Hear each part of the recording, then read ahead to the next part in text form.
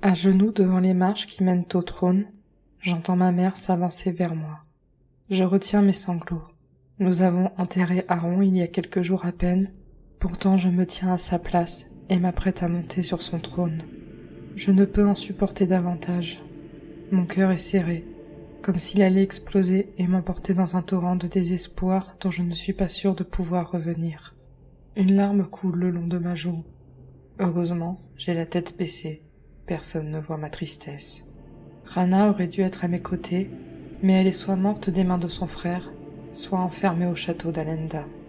Seule, je vais devoir assumer mes responsabilités, porter mon deuil et affronter cette douleur qui étreint mon cœur. Je m'efforce de refouler les émotions qui menacent de me submerger, tandis que ma mère pose la couronne sur ma tête en déclamant les formules traditionnelles. Je n'étais pas si sensible auparavant, il en fallait davantage pour m'ébranler. Les récents événements m'ont fragilisé, ce qui pourrait bien se révéler très dangereux. Je dois reprendre le contrôle de moi-même. Je suis l'héraïque, je n'ai pas le droit d'être faible. Je me relève, digne et fière, espérant qu'on ne remarque pas mes yeux rougis et les larmes séchées sur mes joues. Je me tourne vers la cour. Tous me dévisagent, hésitant entre la tristesse et la joie que mon accession au trône leur procure. Personne n'était au courant de la maladie d'Aaron. Nous avons toujours fait de notre mieux pour la cacher. Son décès a été un choc pour tout le monde. Je me montrerai digne de cette couronne. Je ne prendrai aucune décision qui pourrait porter préjudice au royaume de Prédrin, récitai-je avec le maximum de conviction. Je poursuivrai le travail de mes ancêtres, et rien ne me détournera du droit chemin.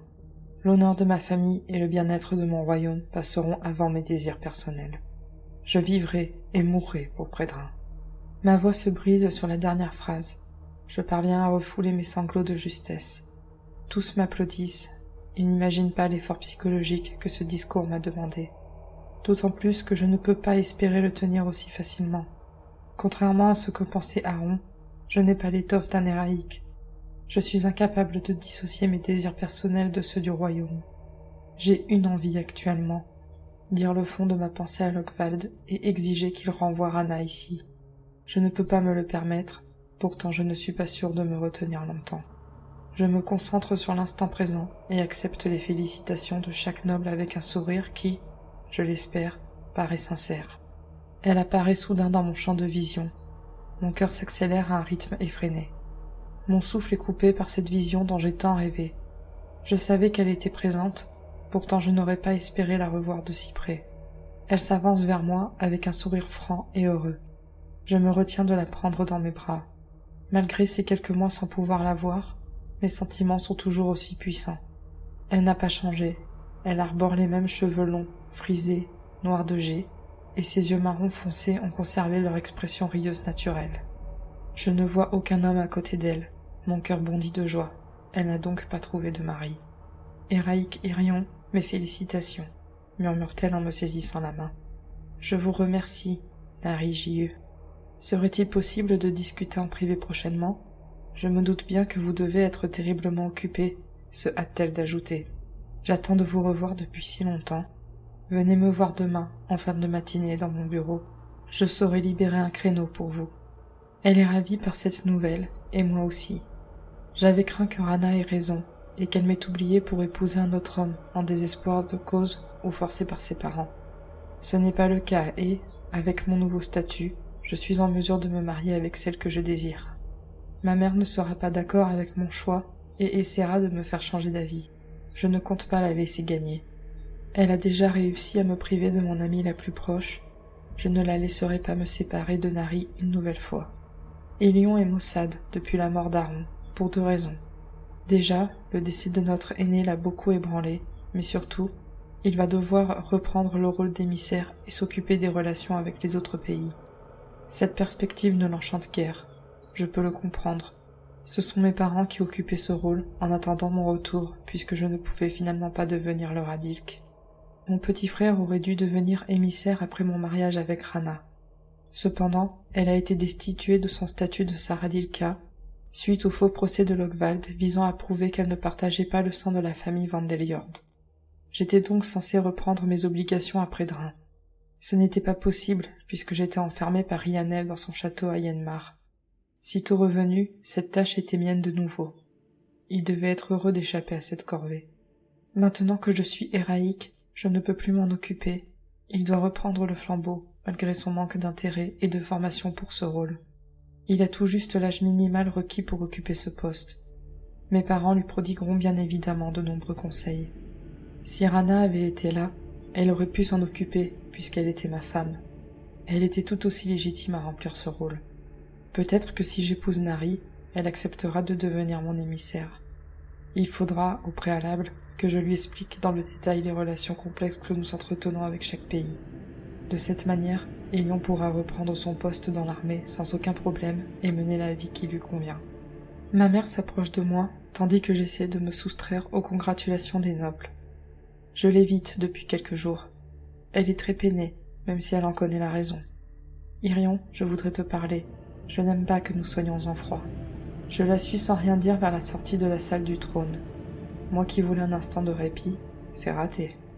Que me veux-tu? J'ai fait ce que je devais, tu n'as rien à me reprocher. Mais enfin, pour quelle raison t'adresserais-je le moindre reproche? Je suis fier de toi. Tu as accepté sans rechigner les responsabilités qui te sont tombées dessus. Je voulais discuter de Rana. Je sais que son départ a été très douloureux pour toi. Sur le moment, je ne voulais pas voir à quel point tu tenais à elle. Je m'en veux terriblement de ne pas t'avoir témoigné plus de confiance. Je suis désolée du mal que je t'ai causé. Je n'aurais pas dû accepter les arguments de ton père et de ton frère, qui se sont fiés aux paroles d'un inconnu pour prendre une décision. On ne peut pas revenir sur le passé. Il est inutile de trop y penser. Je vois l'étonnement se peindre sur son visage. Elle s'attendait à ce que je m'énerve, j'imagine. Je n'en ai plus la force. Ton frère a reçu un courrier le lendemain de son décès. Maintenant que tu es l'héraïque, c'est à toi qu'il revient. Je saisis l'enveloppe, l'écriture de Logvald. Je n'ai pas envie de l'ouvrir. Héraïque Aron, je tiens à vous remercier pour votre coopération. Vous ne le savez peut-être pas, mais malheureusement, Rana n'a jamais atteint le château d'Alenda. Mes soldats ont été violemment pris à partie par l'armée de la Villana Rianel et elle est parvenue à s'emparer de Rana. D'après les nouvelles envoyées par mon cousin Runvald, Rana est morte suite à un combat acharné contre la Villana. Toutefois, ce n'est pas la seule raison qui me pousse à vous écrire. Je souhaite vous proposer une alliance intéressante pour le royaume de Prédarin. Votre frère Irion étant divorcé, il pourrait épouser ma jeune sœur, Hera, et nous rédigerions de nouveaux traités sur cette base. Si l'idée vous séduit autant que moi, nous pourrions convenir d'un entretien, afin de définir précisément des termes avantageux pour nos deux royaumes. Dans l'espoir d'une réponse rapide de votre part, Radilk Logvald. D'un geste de colère, je déchire la lettre en morceaux. Comment ose-t-il? Je ne vais tout de même pas me marier avec la petite sœur de Rana. Ma mère me dévisage avec insistance, attendant une explication à mon coup de sang. Je lui relate le contenu d'une traite. Elle est effarée. Je lui ai pourtant répété maintes fois que Logvald n'était pas un homme bien. Que comptes-tu faire? Accepter sa demande? Bien sûr que non. Comment pourrais-je faire une chose pareille? Je vais m'amuser un peu. J'ai reçu une lettre de la part du Radilk à laquelle je n'ai pas encore répondu. Je vais agir comme si je n'étais pas au courant. Puis, j'accepterai sa proposition d'entrevue au nom d'Aron. On verra bien s'il tient le même discours en face de moi. Je vais demander à un scribus d'écrire la réponse en imitant l'écriture d'Aron pour qu'il ne se doute de rien. Elle ne peut retenir un sourire, à mon grand étonnement. Je m'attendais à ce qu'elle me fasse la morale et essaye de me dissuader.